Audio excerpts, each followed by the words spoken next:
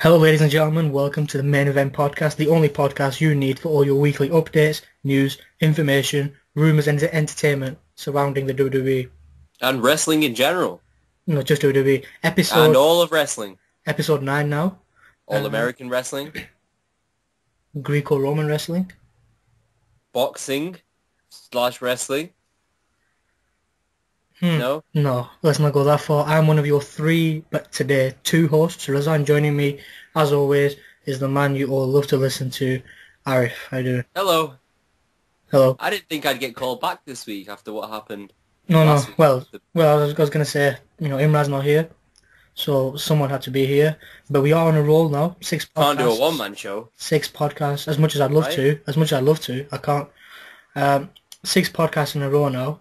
Apologies that Imran could not make it this week, and apologies for bringing this episode out a little later. But we've managed to work something out, myself and Arif, and we are releasing this week. It just meant Imran can't be here, just the way we like it. And This is possibly our biggest and best podcast yet as well. So we're like a minute into it. And it's exactly. already, Look at this. Exactly. The Naturals. Let's start a new podcast. The Main Event Podcast, TNA edition. No, let's not. Let's not do that. Let's never do AJ that. Styles with the Styles Clash. No, because every time you talk about that, I have no idea what you're on about. Bobby Roode. As I was saying, of course, we wouldn't be at this stage Trinae. if it wasn't for the very few avid listeners that we have. We've always said, even if one individual tunes in every week and listens, we're more than happy. So a big thank you to the fans, friends of the Main Event Podcast on Facebook. Now, does that count us as well? Because we listen to our own show several times to get views. You can count that. So thank you. Sounds good. Thank you. There we go. Thank you to you, Arif. You too, Arif. And You, Reza. yeah, some of the feedback we have received truly is brilliant, and we appreciate every single one of you sticking with us, even if the WWE is not your thing. As always, we want to hear from you in any way and every way possible. You can like us on Facebook at the Main Event Podcast, on Twitter at TME Podcast. Send us an email at tmepodcast@gmail.com, where Arif is still on his laptop, Just waiting. just still waiting. Hoping. And of course, please visit our website, www.tme-podcast.com. Podcast with a P. Over there you can find all our latest content and information. Anything you want to ask, send our way. Please do get in touch. We'd love to hear from you more and more as time goes by. And we hope you stick with us as we continue our journey to become a top or recognizable WWE podcast. Smoke signals. We accept smoke signal messages. Yeah. You can send your owl. Signs in the crowd. Yeah. At Raw and SmackDown. Mainly Raw. You can put messages on, when you have snow on your car. Yeah. People write. We'll come and do that. Messages in the shower. Yeah. Same sort of principle. Yeah. We'll read them. And we'll reply the same way. Yep. Yeah. It's kind of freaky the first time, but you get used to Yeah, it. you get used to it. If you're fans, you should expect that kind of thing from us. Some people probably already have messages coming back to them right now. That's why No. Imran's not here. Yep, he's replying to everyone in person. He's like Santa Yeah. around the entire world. But we do have some good Win, stuff. because our only listeners are in We are, England and Australia, which is a bit of a pain for him to go all the way. we got two Round. in France. So And two in France. Yep, two in France. They don't even speak English. According to certain stats about 3 months ago, we've got some in France. We should really update these stats. We should. I've not checked. But we have got some good stuff lined up for you today, just like every week. The reviews, the news, and of course the discussions on a wide array of topics. But Yep. filling in for Imran and his SmackDown review is Arif. I appreciate you taking time out of your hectic schedule to watch this, whatever you want to call it. Well, let's see if we can make SmackDown interesting, shall we? Live. Well, it was at some time. It was live at one point. To about 3,000 people. Exactly. From the Wells Fargo Center in Philadelphia. Woo, Philly. The Usos come out. They face Harper and Rowan. I didn't really watch the match, I'm not going to lie to you. But it ended a double disqualification because they get counted out. And just as I thought SmackDown would be average at best, Harper and Rowan attempt to beat down the Usos. And they get to run away. So it doesn't really bode well for SmackDown until Bryan and Bray come out to attack them. There we go, Daniel Bryan. Bryan Wyatt on SmackDown. They lay out Rikishi's kids. So that's nice. Orton and Vicky on SmackDown. Sorry. Orton announces that he'll give the Authority a piece of his mind on Raw. So let's see how that goes later on. I'll give you a clue. Why not just give it on SmackDown? Make it a little bit interesting. Doesn't happen. Well, it doesn't happen on either show. Miss TV, wow, this is why I hate SmackDown. With the Big Show, they get interrupted by Paul Heyman, who says that his client Brock Lesnar does not fight for free when the Big Show wants to fight him. Pointless, as they say in Pointington.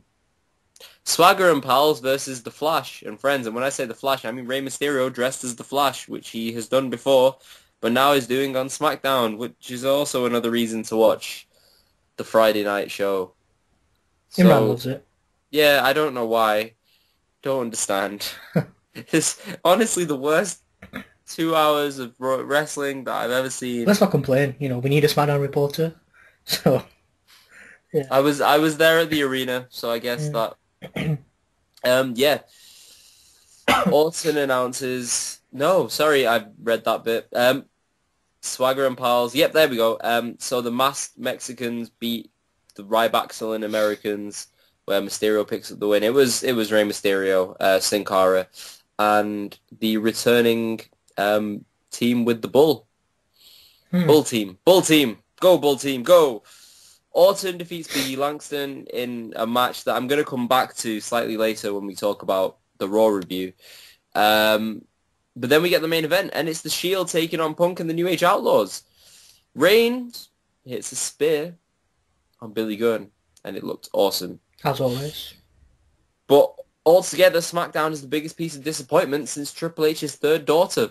And I say this not because she was a disappointment in herself, but because she wasn't male. And we all know Triple H wants the power and the authority and wants his son to follow on his legacy, not because she's female. There's nothing wrong with women. Just that Triple H is sexist.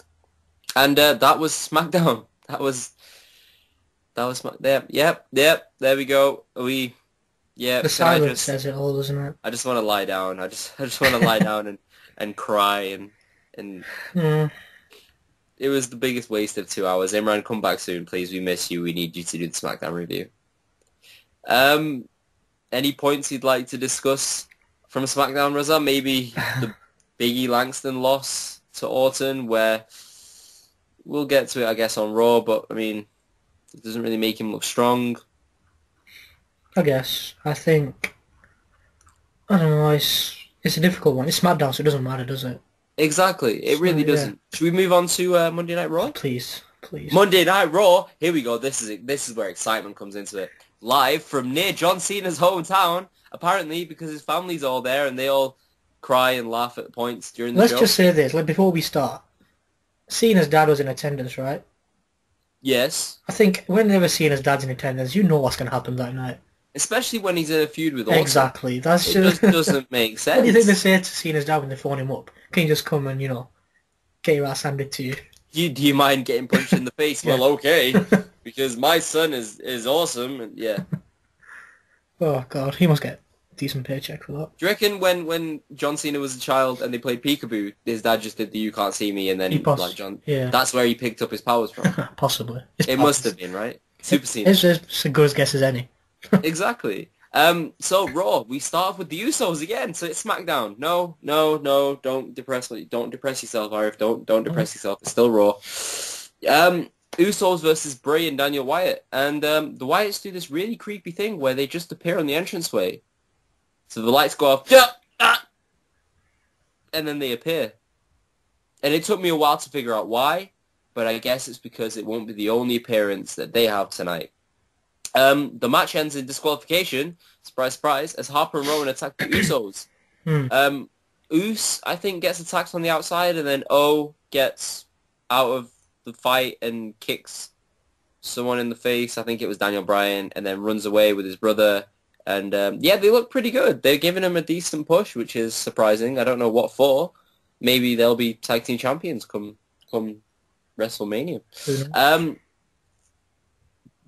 Bray hits the sister Abigail on Daniel Bryan, on a submitted, we must say, Daniel Bryan, to show what I can only imagine is obedience. And then they all walk to the back. John Cena faces everyone's favorite comedy act, Damien Sandow. Come on. It was only ever going to end one way, Reza. I'm sorry, but Cena hits the attitude adjustment to pick up the win before hugging his dad at ringside. Remember how I said it was near Cena's hometown? His dad's there. Mhm. Remember? that's the storyline. Jerry Lawler hypes up the WWE app. I mean, the network. Oof. Good save there, Jerry. Good save. Kane and Matt Braddock talk about making a cage rematch for the Usos and the Wyatts, where Kane locks the door shut himself later on tonight. This opens up so many possibilities. WWE, why do you not use these possibilities? You could use Kane so much more. He announces himself, I think, for the Royal Rumble. That may have been later on in the show. I'm not really sure. But yeah, he will be in the Royal Rumble because the Authority want him to be there because they believe it's best for business. Big Show takes and defends. No, I didn't write that down right. Takes on and defeats Jack Swagger before punching Zeb Coulter in a segment that went on much longer than it should have done. And then it's the Shield versus the Punk and New Age, the Outlaws. And oh goody, now that I review SmackDown, I get to see the matches that I've already seen. I'm not sure who it was that said this, but someone pointed out that Billy Gunn was the most underrated talent in the WWE, and I can only disagree because I'm sorry, but he's terrible. Was it Batista? I think it was Batista. Yeah, he said. It may have been Dave. Oh, our Dave may have said it. Shield win when the Outlaws leave Punk to fend for himself, adding to the Triple H Punk match that's potentially going to happen with the whole Authority and DX and I thought it was good. Friendships and betrayals. Yeah, I like that. it worked well. Well.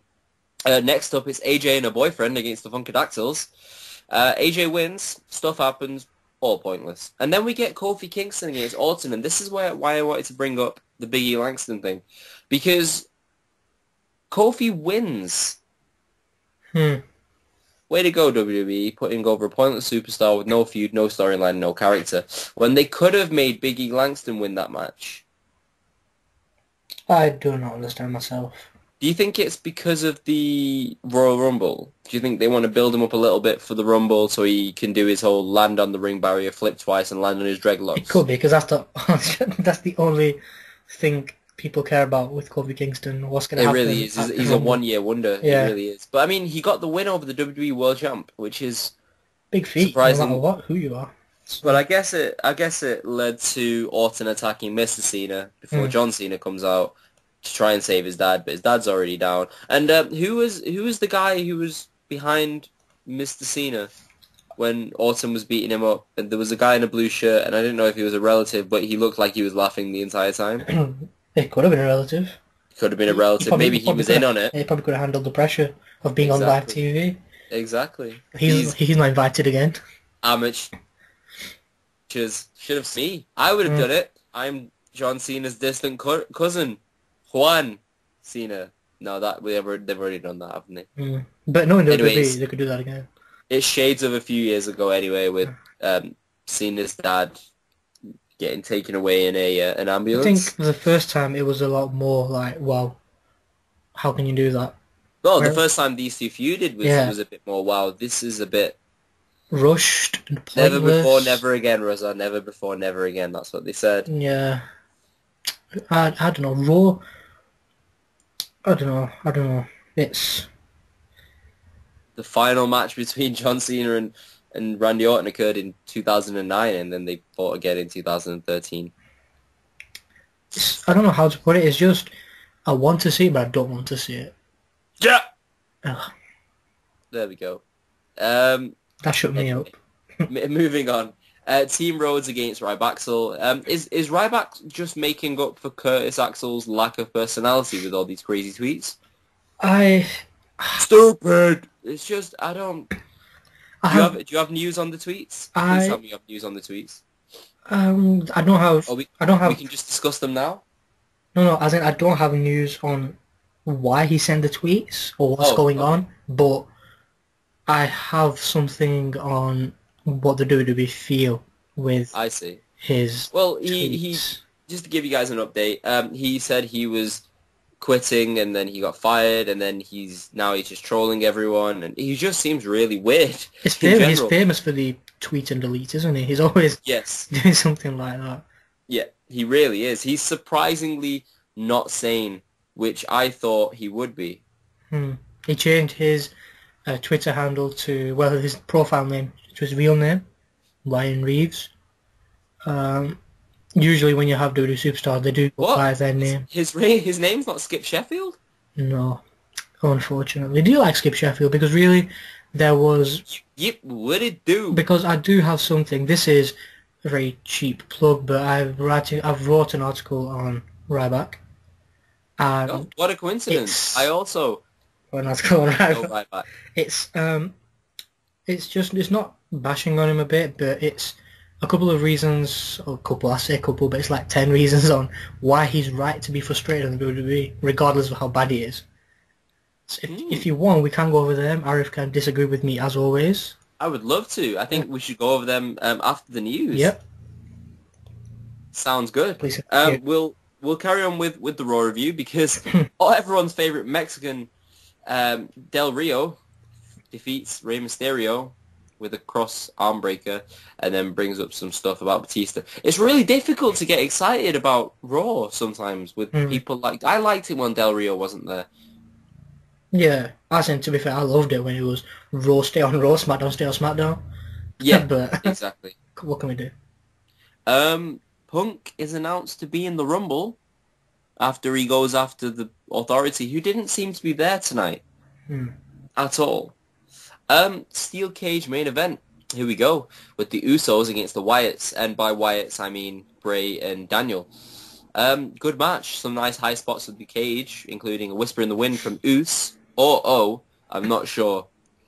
But then we get the Usos winning twice, technically, in one night. They didn't do the whole fall on the Wyatts on the outside and then they caught him. Nothing like that. It was a clean win, and I think a clean win was a bit bland. I think it was just there. I don't think it really mattered. I think the Usos definitely had to win for the next part to take place, which is Bray asking Bryan to take the Sister Abigail once more, and then Bryan is defiant, attacks Bray, and then hits him with the knee that beat John Cena move. That's what it's officially called. He climbs atop the cage to a huge reaction and ends the most pointless storyline to have ever spanned 2 years, and by 2 years I literally just mean 2 weeks, in complete Raw, because this is where I have a big problem. I really wanted Kane to be the sleeper agent, and because it still makes sense, and they can do it at any time. Listen, if the listeners haven't listened to our podcast, you can just listen back to the last few weeks. Arif especially has been saying this is going to happen. Kane's going to be the sleeper agent. Oh, just wait for my theory of the week. Undertaker's going to be involved. I think WWE have messed this up because this storyline could have been so good. And now it wouldn't make sense for Bryan to fight The Undertaker, would it? Oh, will it? According to my theory of the week, I disagree. You disagree? But we'll see later on. We'll see, but as I said, I agree with you, that was really pointless. It could have been so much more. Yeah. And they just chose to end it. I'm not saying that the reaction at the end was incredible. You can't... But it's not, it doesn't justify ending the storyline after 2 weeks. After 2 weeks, it's not even a pay-per-view. Who knows, it might not be the end. It certainly looks like it's the end, but anything can happen. Whether, I think, if it was going to happen, well, when it was going to happen, the Daniel Bryan face turn again, if you can call it that, I thought it would have been at the Royal Rumble. Yeah. But it looks like they've cut that short. Maybe they got other plans. Maybe they haven't. Even the Rumble is too soon. Too soon. Yeah. They could have ridden this all the way to WrestleMania easily. Yeah, exactly, and keep us interested. Yeah. Oh, that reminds me. I have another theory of the week. I will add that in now while we move on. We move on to Ari's favourite segment. He loves this over his theory of the week, which I'm quite proud to say I host. Apparently so, yes. Yeah, as in I can read the fan mail next week if you want. Okay. Asking for my autograph. I'm the best news anchor you've seen. I can read it all if you want. Next week. Would you like to do the show alone? Is that what's happening now? That's what. No. Let's move on to the week's news. And Might be future endeavoured. No, not this week. Oh. On to the week's news, and the only way to start would be to pay our respects to Mae Young, who sadly passed away a couple of days ago at the age of 90. As I said, may she rest in peace. Dolph Ziggler, Great member of the WWE universe. A pioneer of women's wrestling. Definitely. I don't even know how many female wrestlers she's taught over the years. Exactly. And do you know what's awesome about her? Not to stay on this segment too long, but I mean, just the fact that she was generally up for any sort of storyline in the WWE. Yeah. She didn't really complain. She always had a smile on her face, and like Rosa said, a pioneer for women in wrestling. Now she gets to go back to her friend, the fabulous Moolah. Yeah. And wrestle up in heaven with Eddie Guerrero and Chris Bent. No. Let's not take it that far. No. Moving on, Dolph Ziggler suffered a concussion during his Superstars match with Ryback. I think this was last week. The concussion is said to be quite serious, not just a mild injury. At this time, there is said to be a lot of heat on Ryback because there's been complaints that he is very reckless in the ring. Stupid! And it's also been said that this is another reason why his pushes have been cut. At one time, he was WWE champion, and now he is with Curtis Axel. But we will get onto Ryback a little later. Oh, how the mighty have fallen. As of January the 8th, Caitlyn left the WWE. The former Divas Champion chose to pursue other endeavours outside the sports entertainment world. We wish her good luck. Not that she's listening. Future endeavours? Yeah, good one. Hey. Very good one. This was last Wednesday. This was the day after our podcast came out, so this is why this is a little bit late. The major announcement the WWE had last week was, as predicted, the highly anticipated WWE Network. Which is awesome. Yeah. As quick details of that, the WWE Network will be priced at $9.99 a month. That's dollars. That will include all 12 pay-per-views, including WrestleMania, at no additional charge. Which is awesome. Pre and post shows for Raw and SmackDown, but I have no idea what that is. So that I just think that's dark matches they can watch. Yeah. Fair or enough. even like they do on pay-per-views, it'll be pre-shows and exactly. They've got live daily studio shows, which is pretty good. I'm interested to see what happens there. They've got NXT. Live? And for RF, they've got SmackDown, which is... NXT Live is going to go up against TNA Impact, so it basically means that I have to download both shows the next day. You don't have to download TNA, but... I'd choose to. Yeah, and there's going to be past years... You should really do a main event podcast TNA edition. It's really good. Now, do you want to do a one-man show? I would... yeah. Anyway. Yeah, there's going to be past years of Raw and SmackDown and more. Vintage content will be branded legacy content. Additional material will be added every month. The big key to the $9.99 price tag is that you have to purchase 6 months of programming at that rate. In other words, you have to commit to 6 months all at once, or you're gonna have to pay a higher price every month, which is still fine. That just stops people ordering it and then cancelling straight after WrestleMania, getting WrestleMania for $10. They will launch, I think, more streaming services in the United States first, and then they're going to add us here in the UK, Hong Kong, Canada, Singapore, all other countries by late 2014, early 2015. So we'll get it for WrestleMania 31. Yeah. Basically. While he won't be returning to WWE TV until January 20th, Batista has already upset some people backstage with comments made on Twitter. Oh, I thought we were still talking about the No, network. I have my input. Oh, yeah, sorry. Go on. Network is good. Network is good. No. Basically, I just wanted to add the idea that Raw and SmackDown may not be live on there. Or Raw especially, sorry, may not be live on the network. And this is because of the idea that, you know how they're renewing all their TV deals now. I think what they're going to end up doing with Raw is they're going to put Raw up as soon as it finishes on TV. So people will still watch it live if they miss on TV, and then on the network they can watch it straight afterwards, because I don't think they're allowed to put it up live on the network. So obviously it takes away. It's a win-win situation for them, though. Yeah, of course it is. They're going to make a hell of a lot of money. It's about time they did something like this. They've been working on it for quite a while. Yep. It's just another step, into taking over. It's an awesome deal. Yeah. Awesome deal. $10 a month is pennies. Pennies a day. Can I move on? Yep, sorry. As I was saying, whilst Pennies, they say. Batista's already upset some people backstage with comments he made on Twitter. After Alberto Del Rio beat Sin Cara on Raw, he said he's going to enter the Royal Rumble. He then cut promo on Batista. Batista replied on Twitter saying, "Who's Alberto Del Rio?" We said that, I think, last week or the week before. Yep. Del Rio responded. He wrote back, "I'm the one winning all the major titles while you were getting your ass kicked by your plumber." That's that UFC fighter. Mixed martial arts. See you. Well, of course. I mean, see you obviously Batista's going to hire him as a plumber. I mean, he saw how he did in the ring. He was quite good. Now, this is the tweet from Batista. Take on the pipes. This is the tweet from Batista that seems to upset people, understandably as well. He replied saying, well, he didn't technically reply, he just aimed it at Del Rio. It seems to me that some C-level stars in a B-level star era have bought into their own hype. You better be careful. Booker T might be backstage. Exactly. The tweet was deleted, but the wrestlers in the company said he buried the entire locker room in one post. One person compared to the comment that Triple H once made, I think it was to The Undertaker, he said he's the only one worthy of wrestling Triple H in the entire locker room. And then Triple H faced Punk. Yeah.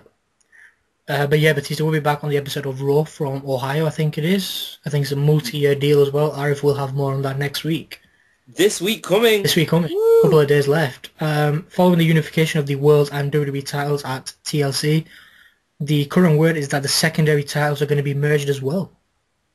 There was reportedly a lot of talk backstage that a unification match between Intercontinental Champion Big E Langston and United States Champion Ambrose could take place at the Elimination Chamber. Can we say that the brand extension is definitely officially ended then? If that happens, I can, yeah, for sure. Because it just doesn't make sense to... They have so many superstars. I agree. But both of them did tease that on an article on WWE.com. I'd like to see the match itself. Agreed. Should be interesting to see how this one unfolds. According to the Winnipeg Sun, Chris Jericho is scheduled for the March 8th WWE house show in Winnipeg. Break the wall down, break the wall. I love the sound effects.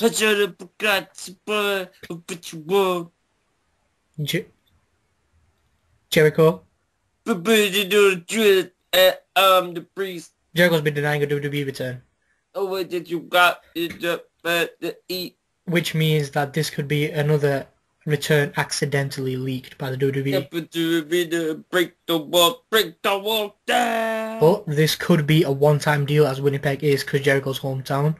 But local advertising said Jericho is scheduled for the Winnipeg show. One reader, not our reader, let's make that clear, said... because we're a podcast, exactly. Reading us would be silly.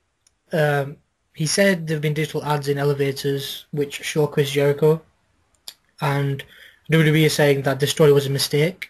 They're asking the newspaper to run a correction. Of course, this could be the WWE's way of trying to recover their mistake.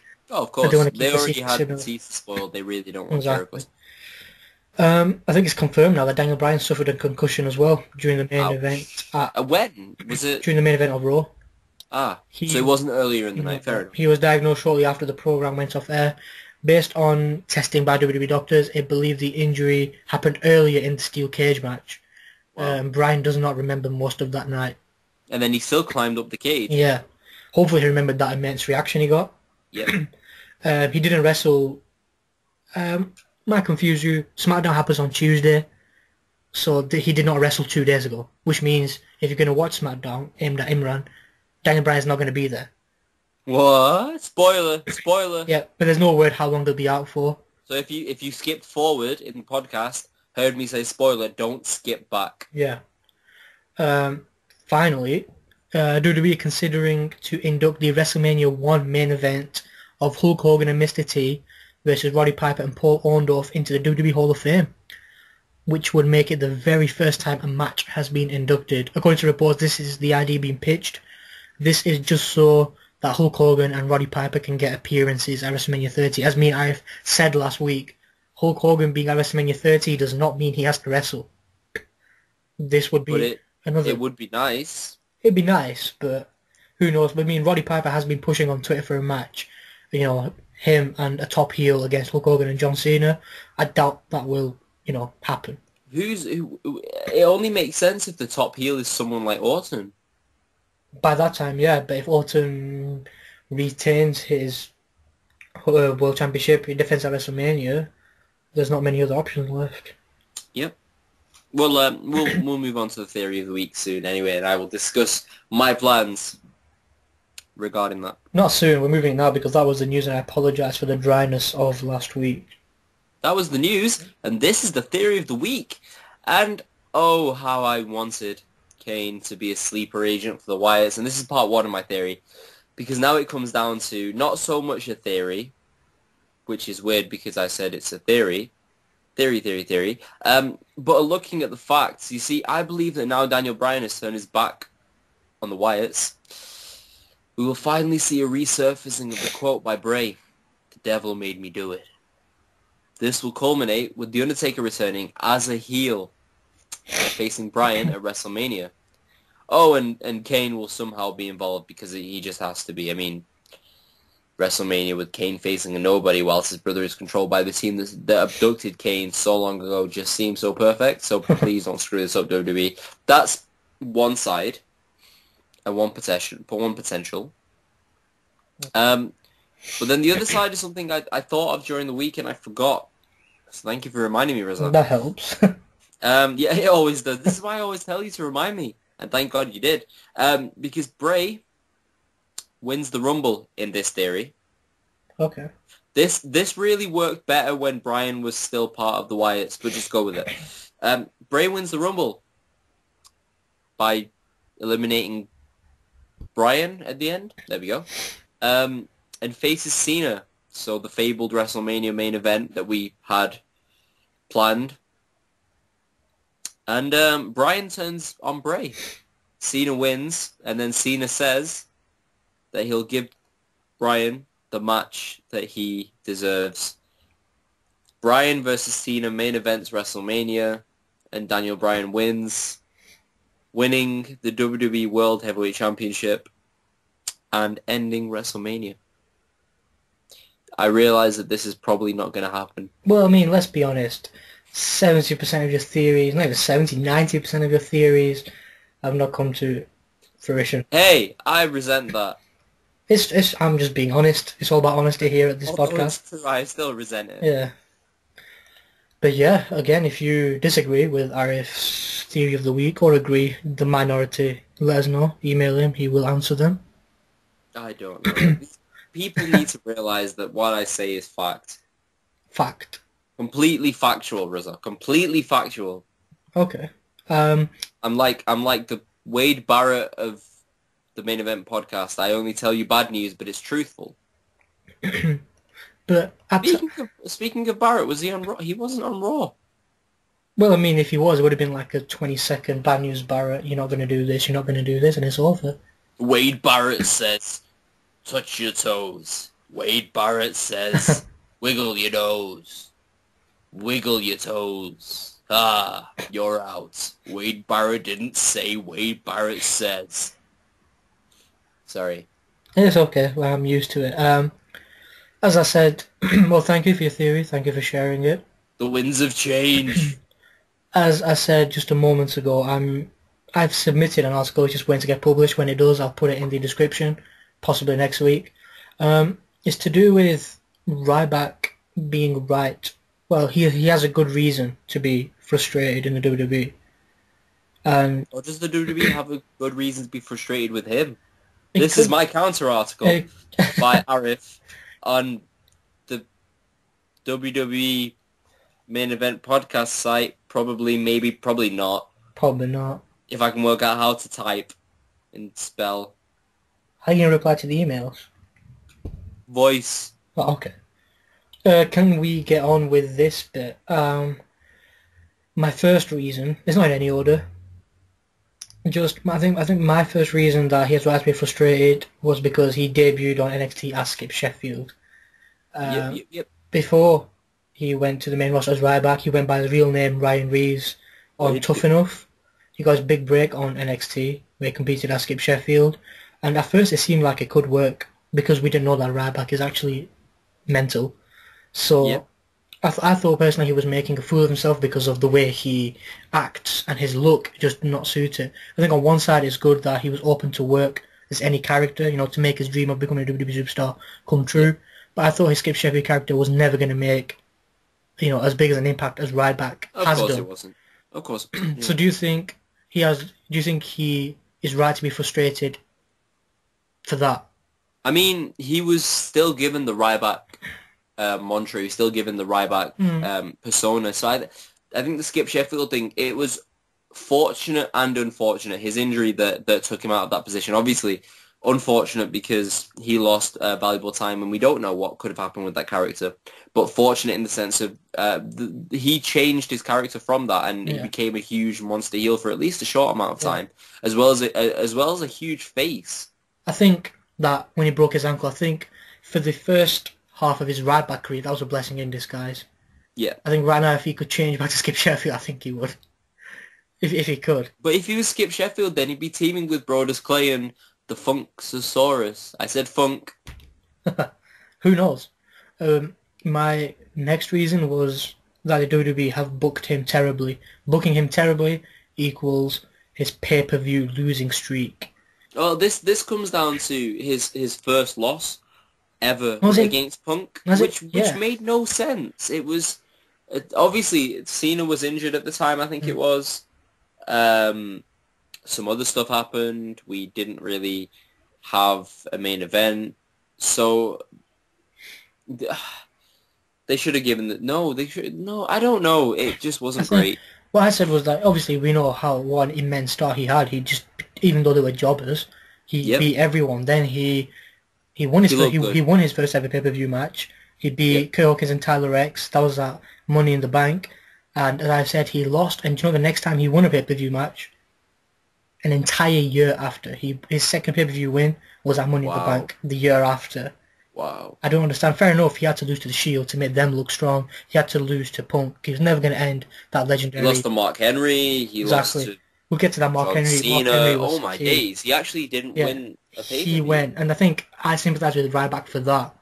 He got a reaction out of the fans when he was a face. It's a huge and he gets rewarded by losing for 12 pay-per-views on the trot, which I think he will be frustrated. I think that is a legit reason to be frustrated. Next, I think his big name feuds failed to advance. What I mean by that is Ryback had played a role in 4 debuts, technically 4. When the Shield made their debut, he was involved, and when Brad Maddox was there, he was involved. I think with Punk being in the middle of his reign as WWE champion, Ryback was never going to end that. But what I didn't like was the fact that that feud just stopped as soon as the Shield made their debut. I felt that could have gone on for at least another month or 2. Definitely. That if that went a few months longer, Ryback would have looked like a genuine champion without the belt. Once the feud with CM Punk, suddenly came to a standstill, then he moved on to the Shield, which I think Ryback should have lost. I agree with the WWE booking him to lose because the Shield wouldn't be at the stage now. But again, he had a short feud with them. He lost at the Elimination Chamber. Why Ryback, though? They could have used anyone else. Exactly. They could have used The Miz in that position and just destroyed The Miz week on, week in, week out. But it's a shame because, this rivalry only helped the Shield grow, which is obviously a massive positive. But I didn't like it how Ryback was one who was made to suffer. Yeah. Next, as you touched on, he lost at his first WrestleMania. That's something that would frustrate me as well, as we saw. Against the person who really didn't need the push. Exactly. I don't know if that was an accident when Mark Henry fell on him. Probably wasn't. I don't know. It set the tone for... Yeah, you can just watch that on YouTube if the WWE still got it there. Ryback went for the shell shock, Mark Henry just fell flat on Ryback and got the pin. And that's something that, Ryback can't even showcase in his wrestling CV. He won his first WrestleMania. He's been good to the WWE until he turned heel. And he's got the reaction, he's got the fans on his side, and then you put him on a year losing streak, and then you let him lose his first WrestleMania. Like, I'd want to leave. Really, I know he's a WWE superstar and all that. It's once in a lifetime opportunity. He's doing what he loves. I guess it's a bit of a frustrating period for him at the moment. But I mean, things like that, like if it was real and if it was meant to happen that way, then honestly, Ryback, just realize when people don't like you and cut your losses because you're better than that. Agreed. Next, I think he could be frustrated because he missed the biggest party of the summer twice. SummerSlam, obviously one of the big four pay-per-views in wrestling calendar.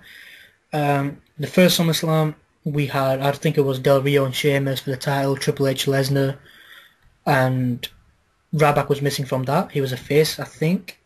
Yep. And then the year after, we saw Lesnar and CM Punk, and Ryback was missing from that as well. I mean, Ryback's the kind of guy you just need to have on the card, especially at his stage now, at some point, because seeing him live is something, it's like a spectacle in itself. And if the fans don't see that at pay-per-view, they probably will be disappointed regardless of if you like him or not. Yep, I agree. This next one is the big one, in my opinion, the heel turn. I think this was awesome. The heel turn was awesome. I think, I don't know if our listener at the exact moment it was awesome, and then straight after that it made Ryback look stupid. Yeah, I think I don't know if the listeners remember, but he did turn. I think it was the night after WrestleMania, wasn't it? Straight after when Henry was attacking Cena, then Ryback saved him, then attacked him himself. Yeah. Then he fought for the WWE Championship on a couple of occasions, lost as we know.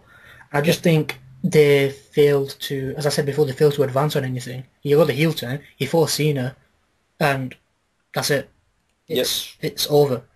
It was more to put Cena over after beating The Rock. I guess he needed a new feud straight away, and this is it. The thing they needed to do was to think long term with Ryback. If he's a heel for the year, we need his 3 or 4 rivalries for that year, not just, okay, we've got Cena, what's going to happen now?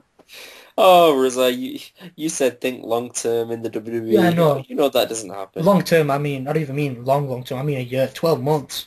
That's too long. Make it 12 days, and that's WWE storyline these days. The next one, Daniel Bryan's with the Wyatts. It links in with Daniel Bryan leaves the Wyatts. This one links in. I think another problem was that Ryback was made to look weaker than John Cena at times.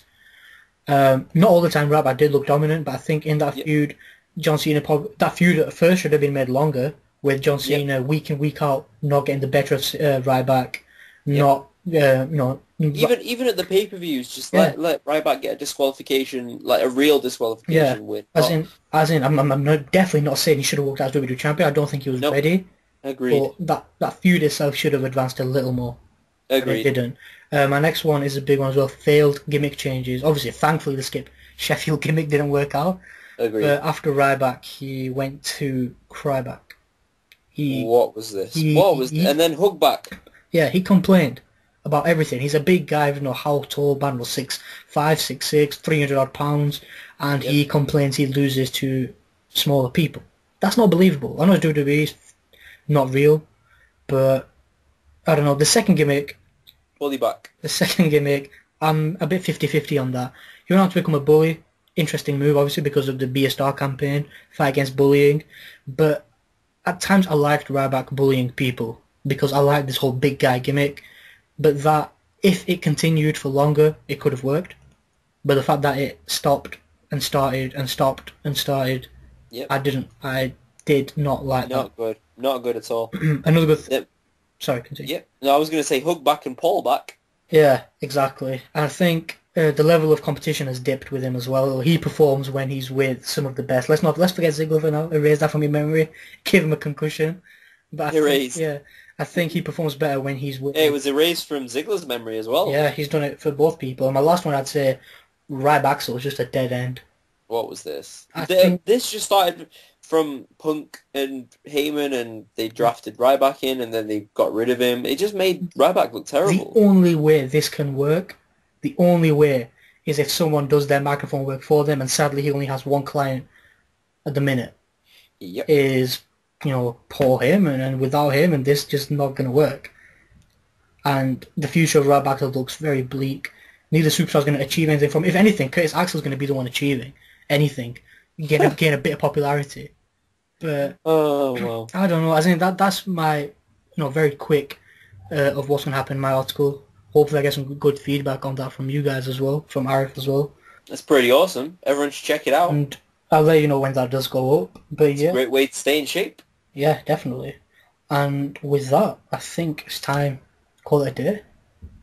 Thank you very much for listening, ladies and gentlemen. Again, we apologise that Imran's not here. We don't really, but we got to say it, Yeah, it's yeah. a good thing to do. We apologise, he's really busy as well. We apologise this is a few days late.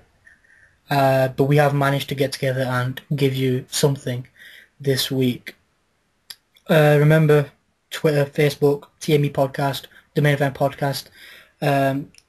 The email address, Arif, is tmepodcast@gmail.com. And of course our website, www.tme-podcast.com. Podcast with a P. And you can check out anything there. When we're less busy. We're on the internet. When we're less busy, we're going to add more stuff. But right now, it's really difficult to stay on top of that. Really difficult. So hopefully in a couple of months, we will advance on that. So yeah, episode 9, 6 weeks in a row, Arif. Wow. Hopefully make it 7 next week. Please tune in. The return of Dave Bautista. More build up to the Royal Rumble. Hopefully more names are announced. More matches should be announced. What should we name? We should name this episode something awesome. You decide. Brian runs away from Wyatt's, leaves them in the ring, and makes his own name as a star by himself, whilst Punk is confused and Brian's fiance is startled. And that's perfect. That's really creative. Yeah. I'm gonna name that. So please tune into this episode. Next week, hopefully, we will have Imran back. We can do the awards we've been going on about for a month. We have awards to give out. They're just gathering dust on the side. Yeah, we can finally get to that. But again, thank you so much for listening every week. It's a bye from me. It's a goodbye from me. See you next week.